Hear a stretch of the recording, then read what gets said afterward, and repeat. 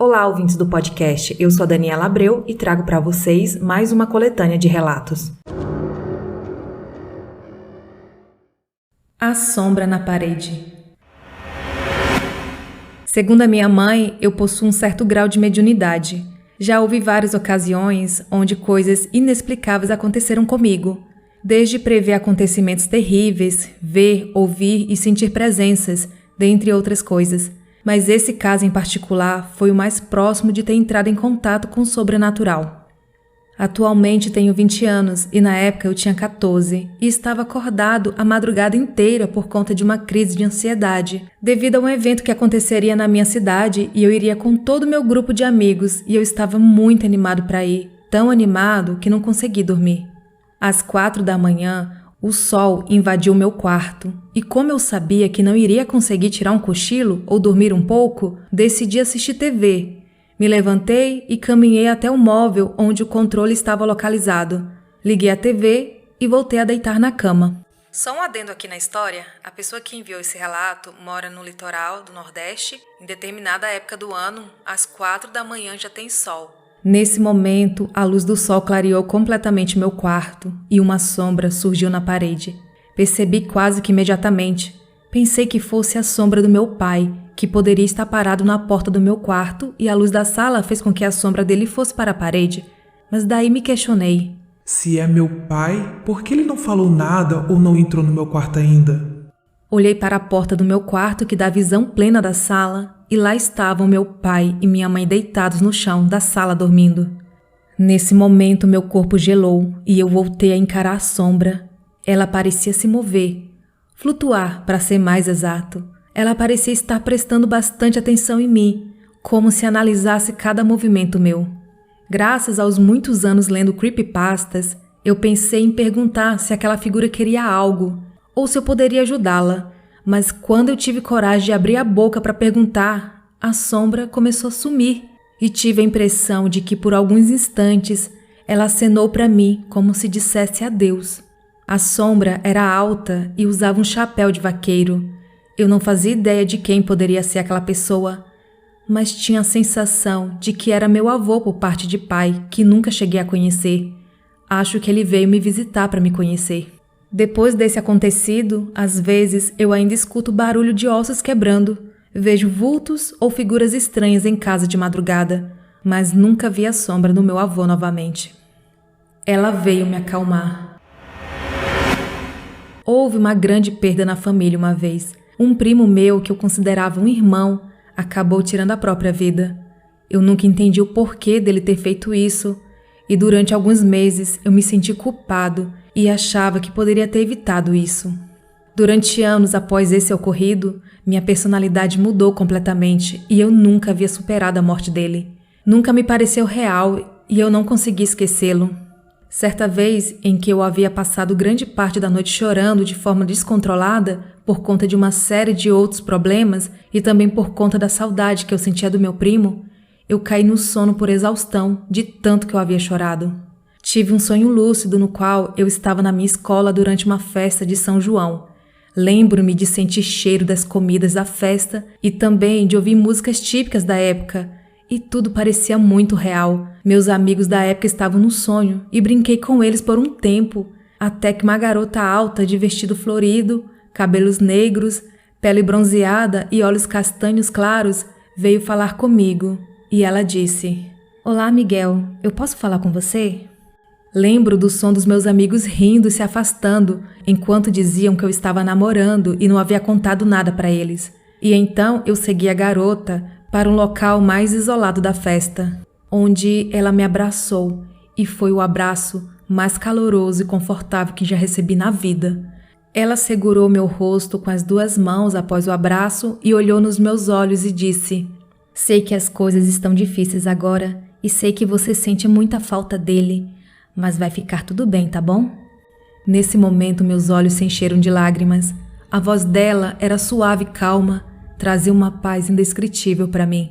Conversamos bastante sobre diversas coisas, dançamos, brincamos e quando a festa acabou, ela veio até mim para se despedir dizendo: "O meu nome é Emily E eu sei que você vai sair dessa e você nunca vai desistir de nada na sua vida. Você é muito mais forte do que imagina e sempre estarei aqui quando precisar de mim. Daí ela beijou a minha testa com delicadeza e eu roubei um beijo dela. Depois do meu encontro com Emily, as coisas melhoraram por um tempo. Minhas notas aumentaram, voltei a ser eu mesmo e consegui deixar a culpa pela história do meu primo para trás. Sempre que eu ficava triste demais e queria desistir, Emily aparecia nos meus sonhos. A última conversa que tive com ela foi quando eu tinha 16 anos e ela disse que não poderia mais me encontrar e pediu para eu não esquecê-la. E eu nunca a esqueci. Todas as garotas com quem me relacionei tinham traços parecidos com os da Emily. E a garota que eu mais amei na vida, por coincidência, também se chamava Emily e tinha até mesmo uma personalidade similar. E eu nunca superei ter estragado tudo com ela e nunca mais ter visto a outra Emily. Esses relatos foram enviados no e-mail pelo Miguel de João Pessoa, na Paraíba. Obrigada pelo relato, Miguel. Gente, curioso que eu recebo bastante relato lá de João Pessoa, na Paraíba, da Paraíba em geral. É bem frequente aqui no podcast. Tem também do Casa Fantasma. As pessoas da Paraíba gostam de escrever e mandar relato, né? Muito obrigada. Visagem no banheiro. Tenho 17 anos e essa história aconteceu comigo quando eu tinha 8 anos. Uma vez eu estava na casa da minha avó com ela, a minha mãe, minha tia, meu irmão e meu primo. Estava tudo bem até o momento em que escutamos o portão da frente se abrindo. Imaginamos que seria meu tio, mas quando minha avó olhou para a janela, ela viu um vulto preto subindo a escada e correndo. Sempre que escutávamos alguém abrindo o portão, ficávamos em alerta. Foi quando escutamos o portão dos fundos que leva para a cozinha abrir e todos viram o vulto passando pela porta da cozinha. Fomos ver o que era e quando chegamos lá não tinha nada. Foi quando minha tia falou que queria usar o banheiro. Quando a mão dela chegou perto da maçaneta, a porta se fechou bruscamente. Na hora, pensamos que seria meu tio brincando. Fomos na janela do banheiro e nada, tudo apagado. Tentamos abrir a porta, mas parecia que ela havia sido trancada com a chave. Ficou assim por um tempo, até que começou a fazer barulho dentro do banheiro. Ficamos em estado de choque. No dia seguinte, tivemos que chamar um chaveiro para conseguir abrir a porta. Quando conseguiu abrir, uma parte do box, que era de vidro, estava totalmente quebrado. Quando limpamos os vidros, percebemos que tinha arranhões na porta. Ficamos sem entender como isso aconteceu, já que não ouvimos nada arranhando a porta. Depois disso, nunca mais aconteceu nada do tipo. Esse relato foi enviado no e-mail pelo Eduardo, de São Paulo. A dívida. A história que será narrada aconteceu com meu tio, e o nome dele é Cipriano. Essa história ficou muitos anos guardada na minha memória, pois meu tio sempre contava ela para nossa família. Quero deixar bem claro que ele é um homem muito sério, bravo e não tem medo de quase nada. E quando ele conta esses relatos, ele não gostava que ninguém desse risada. Bem, tudo começou na Paraíba. O ano é entre 1950 e 1960. Naquela época, as pessoas eram muito pobres e viviam da agricultura. Conta o meu tio que em uma tarde ele estava fazendo alguma coisa, quando, de repente, apareceu na frente dele uma mulher linda, cabelo enorme e toda de branco. E ela começou a falar com meu tio. Cipriano, peguei uma cuia de farinha emprestada com a minha vizinha. Conta o meu tio que não reconheceu aquela mulher, e ela continuava a falar. Não deu tempo de pagá-la, e para eu ficar em paz, eu preciso que você dê uma cuia de farinha para a vizinha. Mas só quero que pague se você realmente conseguir. Você pode devolver a farinha? O meu tio, com medo, respondeu que sim. E aquela mulher, na verdade, o espírito daquela mulher, falou que teria que ser até determinado dia. E meu tio prometeu que iria pagar. A mulher perguntou se ele conseguiria pagar mesmo, e ele disse que sim. Então a mulher desapareceu diante dos seus olhos. Como eu falei, meu tio era muito pobre e mal tinha comida para ele. Bem, o tempo passou e ele acabou se esquecendo de pagar a dívida da mulher. Passou a data da promessa e à tarde ele estava na rede quando ela apareceu para ele, sem falar nada, e já não era mais bonita. Pelo contrário, ela estava de preto, suas unhas eram enormes. Quando meu tio a enxergou, ela rapidamente se aproximou dele e pegou nas suas pernas. Meu tio ainda teve tempo de segurar na rede, mas não adiantou. Ela, com uma baita força, o puxou da rede e o arrastou pelo chão. Então ele gritou: Não se preocupe, dessa vez eu prometo que vou pagar. Na mesma hora, aquele espírito sumiu. Meu tio imediatamente pediu farinha a várias pessoas e ele também arrumou mandioca para fazer farinha até encher a cuia. Cuia era uma medida que o pessoal usava na região, que enchiam com farinha, com água, dentre outras coisas. Por fim, ele conseguiu ir até a vizinha e entregou a cuia de farinha. Esse relato foi enviado no e-mail pelo José. E se você acha que está difícil para você, imagine para o seu Cipriano que teve que pagar uma dívida que não era dele. A presença que persegue minha família, parte 2. Esse relato aconteceu com meu pai. Ele morava em uma roça no interior de Minas Gerais e lá passa o Rio das Velhas. Ele conta que quando era criança morava na roça com seus 12 irmãos. Ele é um dos mais velhos e dos meninos ele é o mais velho. Ele trabalhava desde criança na roça do meu avô. Na época isso era bem comum. Meu pai conta que ele estava na pausa que faziam para o almoço na roça. Era por volta do meio-dia. Ele tinha cerca de uns 13 anos e estava com o primo dele da mesma idade. Estavam andando em um campo aberto e algumas árvores grandes espalhadas pelo campo. Ele conta que sentiu o ar ficando pesado, como eu sinto. E logo após olhou para cima dessas árvores e viu 2 homens flutuando no topo com os braços abertos. Ele falou que eles estavam com os pés juntos e os braços bem esticados e as mãos abertas e estavam de cabeça baixa. O primo dele também os viu. Os 2 saíram correndo, desesperados, em busca do meu avô, que estava sozinho na roça, que ficava a cerca de 1 quilômetro de onde eles estavam. Eles contam que correram muito e sentindo medo extremo. E para chegar ao meu avô, tinham que atravessar uma cerca de arame farpado, e logo após tinha algumas árvores pequenas, e mais adiante estava a roça. Quando se aproximaram da cerca, eles avistaram um homem de preto, coturno, sobretudo e chapéu. O homem não olhava para eles. Ele apenas soltou um grunhido bem alto, parecendo um animal. Daí eles correram para o mato, tentando fugir daquilo. O primo, de tanto desespero, conseguiu correr mais, deixando meu pai para trás. Eles foram para uma trilha no meio do mato que dava para a casa deles. A intenção agora era voltar para casa. Meu pai viu de longe o primo dele parado, olhando para frente. E ao chegar perto dele, olhou para a mesma direção e viu no meio da trilha aquele homem em pé. Não viu um rosto. Ele estava de chapéu e cabeça baixa. Eles seguraram a mão um do outro e correram para o campo, onde estava claro e aberto. E lá o meu avô os encontrou e falou para ir embora, porque ele sentiu que algo não queria a presença deles lá. Meu avô não contou o que era, mas ele sentiu algo, pois ele nunca saía da roça antes das 16 horas, até ter feito o trabalho do dia. Mas nesse dia ele só pegou os meninos e foram embora. Meu pai lembra que meu avô foi o caminho inteiro orando baixinho, em cima do cavalo, até chegar em casa. Logo após esse fato, um tio meu, o irmão do meu pai, que era 1 ano mais novo que ele, tirou a própria vida. Minha avó o encontrou 2 dias depois do ocorrido.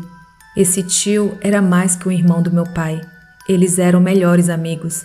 Foi muito traumático para todos, pois na minha família não tinha caso de depressão, ou até podia ter, mas as pessoas não tinham essa percepção na época. Quando meu pai fez 17 anos, foi com um grupo de amigos e alguns irmãos para o mato pescar. Os meninos pegaram alguns peixes. Meu pai não pegou nenhum, já estava ficando tarde e decidiram ir embora. Mas meu pai falou que só iria sair quando pegasse um peixe. Ele conta que depois que todos saíram, ele continuou às margens do rio e sentiu uma energia ruim, o ar ficando pesado. Ele olhou para um tronco de árvore que estava perto e viu o espírito do irmão dele. Ele conta que o irmão estava com o rosto deformado e os olhos em brasa e falou com meu pai. Vem brincar comigo, irmão. Meu pai desmaiou e as pernas dele começaram a ser levadas pelo rio. Minha avó, que estava em casa, do nada sentiu agonia e um peso no coração e desespero. Não tinha telefone, isso foi no final dos anos 80. E quando meus tios e os primos dele chegaram em casa, minha avó mandou eles irem atrás do meu pai. Quando chegaram lá, a água estava quase afogando meu pai. Ele ainda estava desmaiado. Eles carregaram meu pai até o vilarejo e arrumaram um carro para levá-lo para o hospital da cidade. No caminho, meu pai acordou gritando, se debatendo no carro, desesperado, e desmaiou de novo. No hospital, ele foi medicado. Quando acordou, ele estava mais calmo. Os médicos não descobriram o motivo do desmaio, pois meu pai nunca havia desmaiado antes, não tinha nenhuma doença perceptível. Ele é assombrado com isso até hoje. Como falei no relato anterior, minha família é muito religiosa. Meu pai e minha mãe não são. Eles falam que isso é perturbação do inimigo e várias outras coisas. Mas meu pai não acredita, ele só ignora. Eu vi esse homem outra vez, que me recordo agora. Estava com meus primos, já tinha uns 15 anos. Meu tio estava dirigindo o carro e estava na roça indo para a cidade. E eu vi um homem bem de longe, no meio da estrada. Pensei comigo, ele vai sair quando chegarmos perto. Era dia claro, estava bem nítido. O carro estava cheio de adolescente e meu tio mais velho no volante. Íamos na cidade tomar sorvete. Meu tio dirigindo normalmente e o homem não dava sinal de que iria sair do meio da estrada. E quando chegou bem perto, eu gritei pro meu tio parar o carro e baixei a cabeça esperando o impacto. Mas no momento que fui abaixando a cabeça, percebi que as roupas dele não eram de pessoa que mora na roça. Ele vestia um sobretudo. Meu tio se assustou, todos pararam de falar. Ele parou o carro e não tinha ninguém na estrada, mas parece que somente eu o vi. Se eu tivesse dirigindo ou se tivesse do lado do motorista, provavelmente teria puxado o volante para desviar. Todos ficaram com medo. Eles já sabem o que acontece comigo. Alguns deles também têm experiências. Inclusive, a minha prima do relato do namorado do apartamento estava junto comigo. Na época também tinha 15 anos. Bom, compramos o sorvete e tentamos esquecer aquele clima ruim. Chegando em casa, meu tio contou para as minhas tias e elas conversaram comigo. Falaram que eu preciso orar, pois ele pode voltar.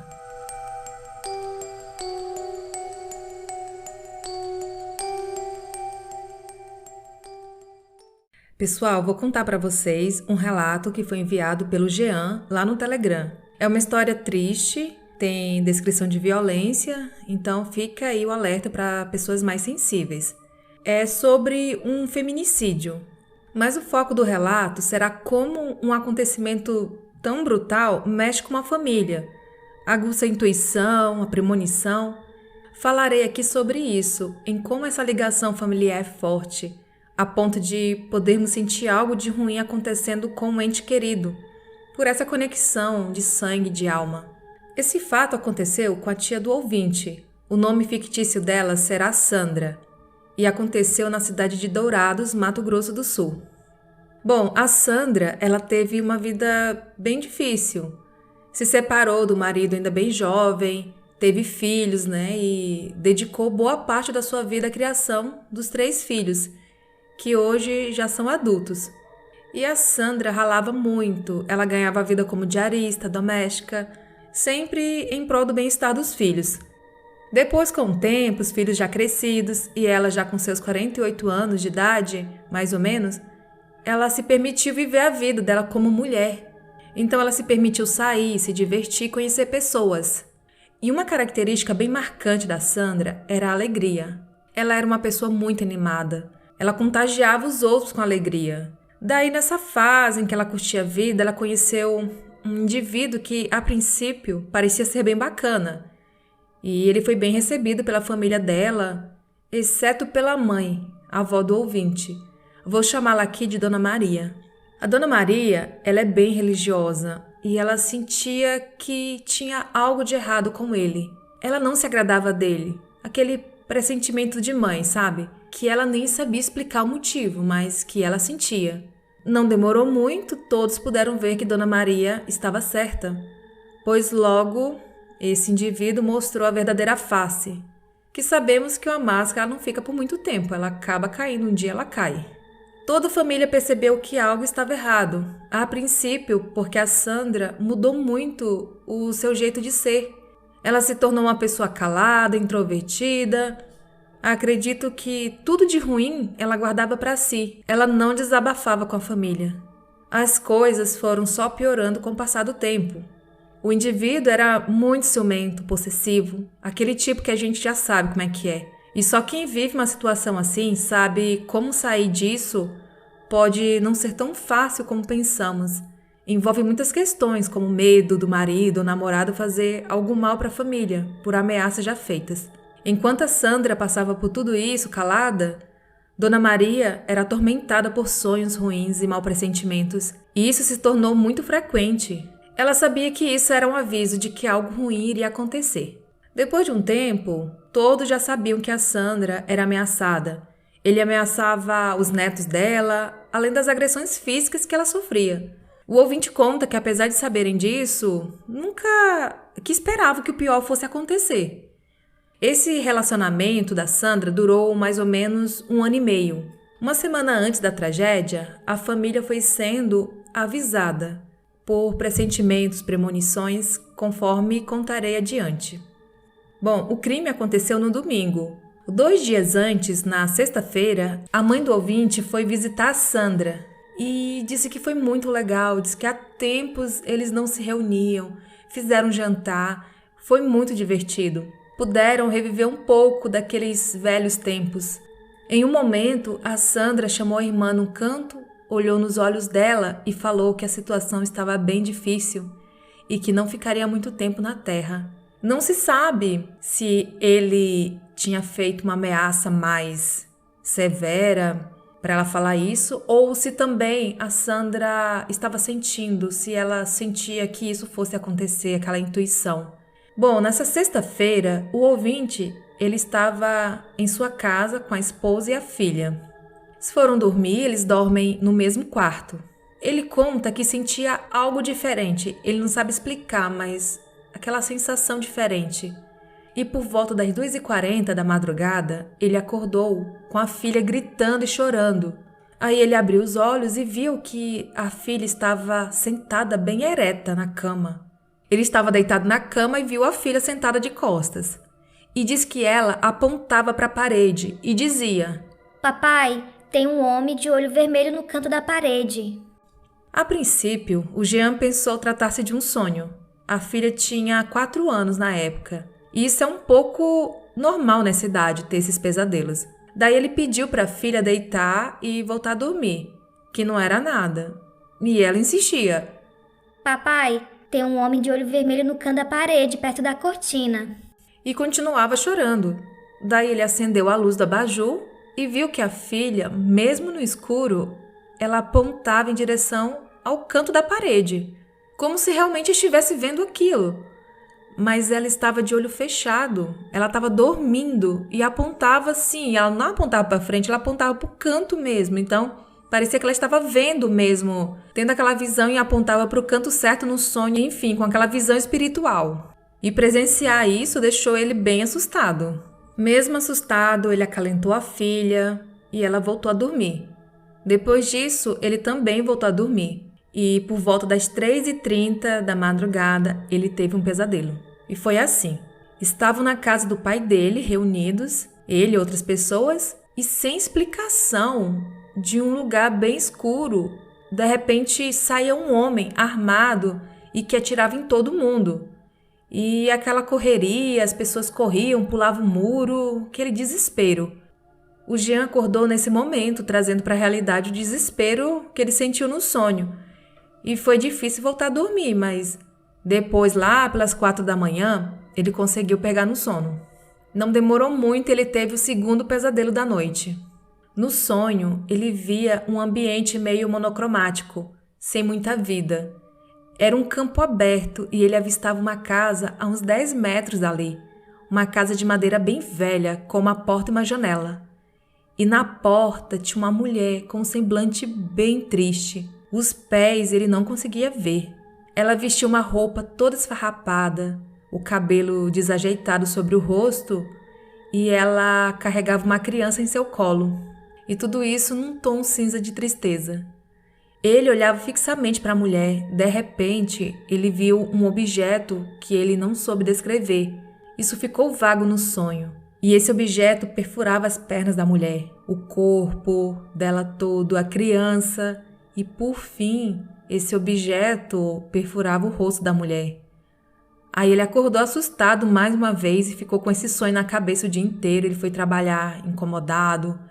Ele contou para a mãe sobre o sonho. Foi uma coisa bem terrível, bem marcante. Isso também foi na sexta-feira, 2 dias antes de acontecer o crime. Quando foi no domingo pela manhã, ele foi para a casa da mãe dele e de lá ligaram para essa tia Sandra e estava tudo bem. Ele conta que o clima era só de alegria. Isso foi pela manhã. Quando foi por volta das 18 horas, a mãe dele recebeu uma ligação e recebeu a trágica notícia, assim de forma seca. A notícia é que a Sandra tinha sido assassinada por tiros. Não só ela, como também a netinha de 3 anos que estava em seu colo. E o assassino, que é o até então namorado da Sandra, cara, ele estava fora de si. Ele tinha plano de atirar em mais pessoas e aconteceu conforme o sonho do Jean. Disse que teve tiros, correria, conforme ele havia sonhado, pessoas pulando o muro. Depois de atirar em Sandra, ele saiu à procura de mais pessoas que ele queria levar, mas não encontrou. E por fim, ele parou em frente a uma igreja, subiu no altar e acabou com a vida dele. Loucura, né? Bom, gente, como eu falei, o foco da história, né, a gente trata aqui mais do sobrenatural, não de crime, mas infelizmente essa história envolve esse crime trágico que mexeu com a família e a gente pode observar que isso existe mesmo. É bem comum relatos de pressentimentos de que algo ruim vai acontecer com alguém, não só assassinato, mas um acidente, outras e outras situações. Em alguns casos, as pessoas conseguem até reverter a situação, até prevenir essa palavra, né? Que aquilo não aconteça. Eu sonhei que isso vai acontecer, não viaje, não faça isso, não vai para tal lugar. Às vezes, a pessoa nem sabia de algo que a pessoa iria fazer, só avisa que sonhou e a outra pessoa, não, realmente, eu tinha isso planejado, mas já que você sonhou, não vou fazer, enfim. Mas o caso da Sandra é um caso bem complicado, muitas mulheres passam por isso diariamente e é difícil sair da situação, ela mesma sabia disso, ela não conseguia sair. É bem triste, né? Bem triste, mas fica aí essa história, né? Em homenagem à memória da Sandra, da netinha dela. É muito triste isso aqui. Mas é isso, gente. Foi mais para relatar esses pressentimentos, essas coisas que acontecem que não tem explicação. Qual que é a explicação para isso, né? E o relato foi esse. Jean, muito obrigada por relatar, por confiar em mim, contar a sua história. Tá bom? Muito obrigada. E esses foram os relatos de hoje. Se gostou, compartilhe com seus amigos e em suas redes sociais. Siga o Instagram do podcast, que é o assustadoramente_podcast. Entre também para o grupo do Telegram. Os links estão na descrição deste episódio. E se estiver me ouvindo pelo Spotify, não deixe de qualificar o podcast dando 5 estrelas. Até a próxima quarta.